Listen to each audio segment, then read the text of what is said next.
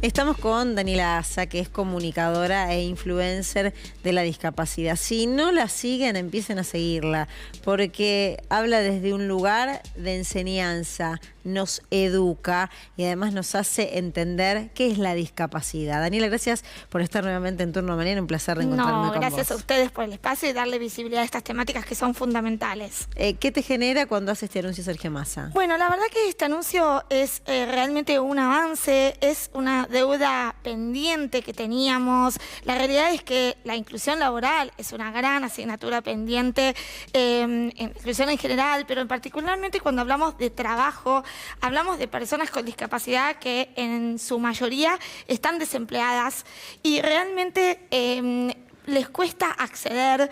Somos un colectivo que nos cuesta acceder a las oportunidades educativas, a las oportunidades laborales. Entonces, esto representa un avance. Tendremos que ver cómo se aplica, ¿no? Cuáles son las normas, cómo se va a regir. Pero en primera instancia es un gran paso que estamos dando, sobre todo para que también las personas con discapacidad tampoco tengan miedo a acceder, porque pasa lo siguiente, que muchas personas con discapacidad están cuestionándose si realmente acceden o no a un empleo por no perder la pensión.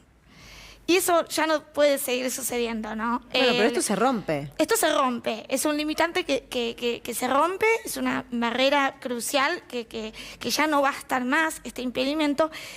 Tiene que ser complementado con realmente un espíritu de las empresas y organizaciones para involucrar e incluir a personas con discapacidad. Creo que ahí nos falta como un clic bueno, compensar, bueno, está muy bien esto, pero también necesitamos impulsar que las empresas se animen a contratar personal con discapacidad, que hoy todavía hay mucho rechazo. Me parece muy interesante, muy importante lo que estás diciendo, porque hay una pata que empieza a aparecer, que es clave y central, pero falta otra. ¿Qué pensás, si bien vos no te dedicás a planificar ni a hacer política, pero qué pensás que podría ayudar para que esas empresas tengan un incentivo y puedan contratar personas con discapacidad? Bueno, hoy en día los incentivos a las empresas en realidad no existen porque no hay un cupo.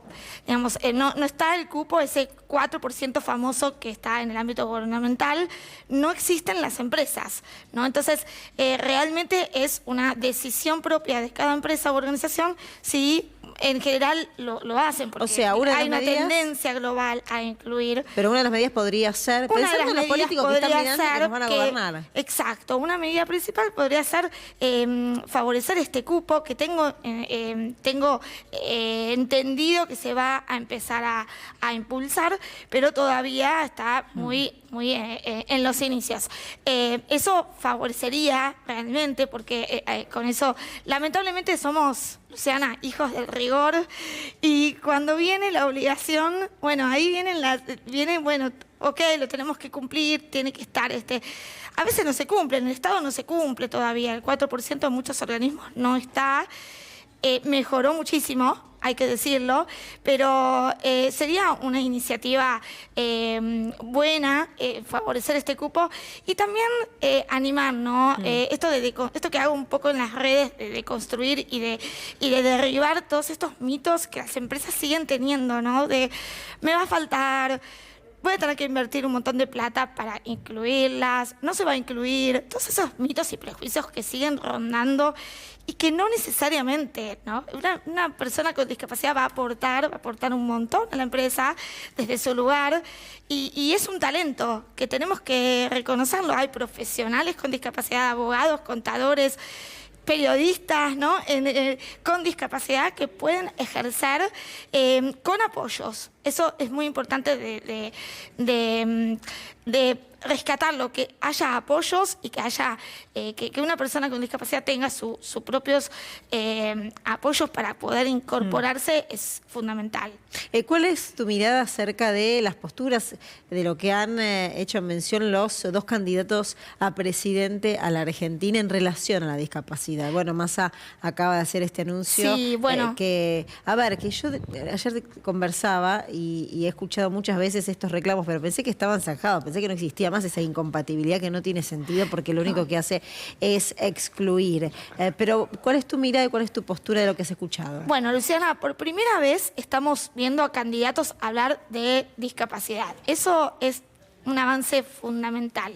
Esto es algo que yo no vi en 39 años, a candidatos a hablar de discapacidad, y esto tengo que decir, si me permitís, venimos trabajando mucho para que esto suceda, con una campaña de redes sociales que se llama Discapacidad en Agenda, junto a, no yo sola, sino esto es colectivo, junto a otras personas con discapacidad, familiares, ONGs, que invitamos desde hace mucho tiempo a que los candidatos empiecen a hablar de discapacidad, así que esto es histórico, que los candidatos empiecen a hablar cada vez más. Sin embargo, bueno, las propuestas son buenas, ¿no? En general, pero les falta, creo que, mayor profundidad, ¿no? Esto que vemos en todos los temas. ¿Cómo se va a hacer?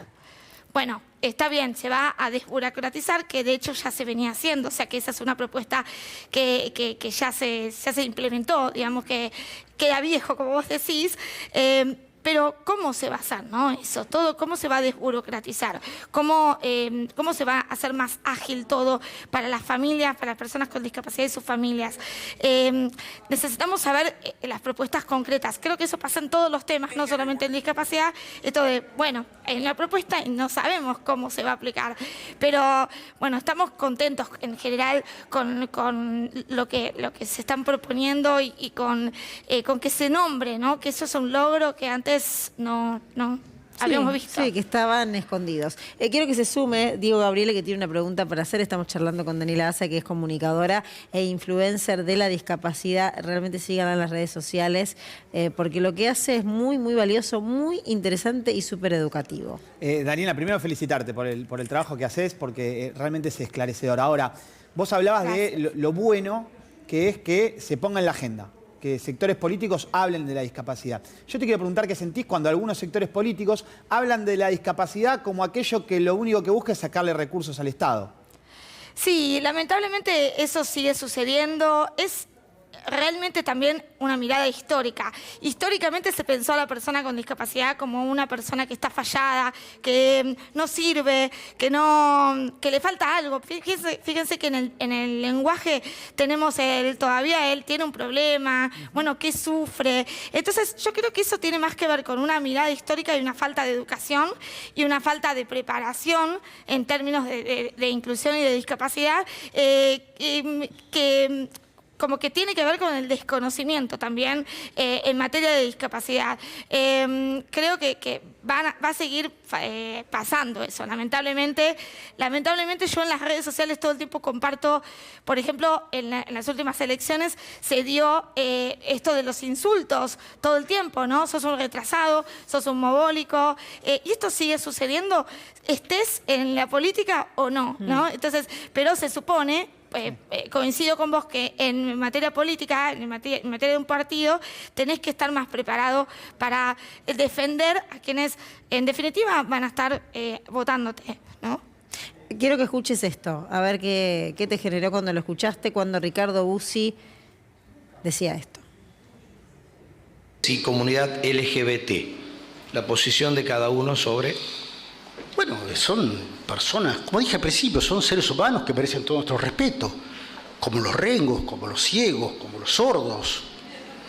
Son pequeños sectores de la sociedad que tienen que ser reconocidos, claramente. Ahora, no sé por qué hay que darle un cargo público por ser travesti. Si eso pagamos nosotros, el que decide ser travesti.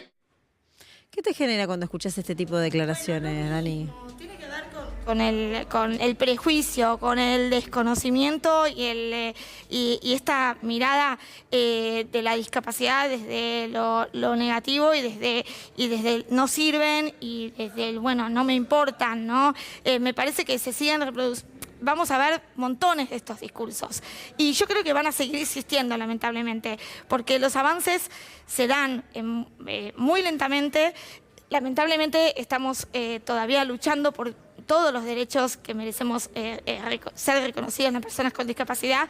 Y tenemos todavía un largo camino por recorrer y por eso no me asombra que pase de un lado o de un otro, porque tenemos ejemplos de todo tipo. No me parece que tenga que ver con una postura en sí partidaria, sino que tiene que ver con el sistema en el que vivimos, la cultura en la que vivimos. Porque, bueno, a mí, la verdad que si vos me preguntás ejemplos, te puedo sacar de todo, ¿no? Y vienen de un lado y vienen de un otro, vienen, o sea, en combo, digamos, en bomba. Pero me parece que tiene que ver con eso, con una sociedad que todavía menosprecia a la persona con discapacidad, que no la tiene en cuenta. Lo vivimos cuando salimos a la calle, cuando yo salgo a la calle y de repente no me puedo tomar un bondi, no puedo tomar un subte porque no está adaptado.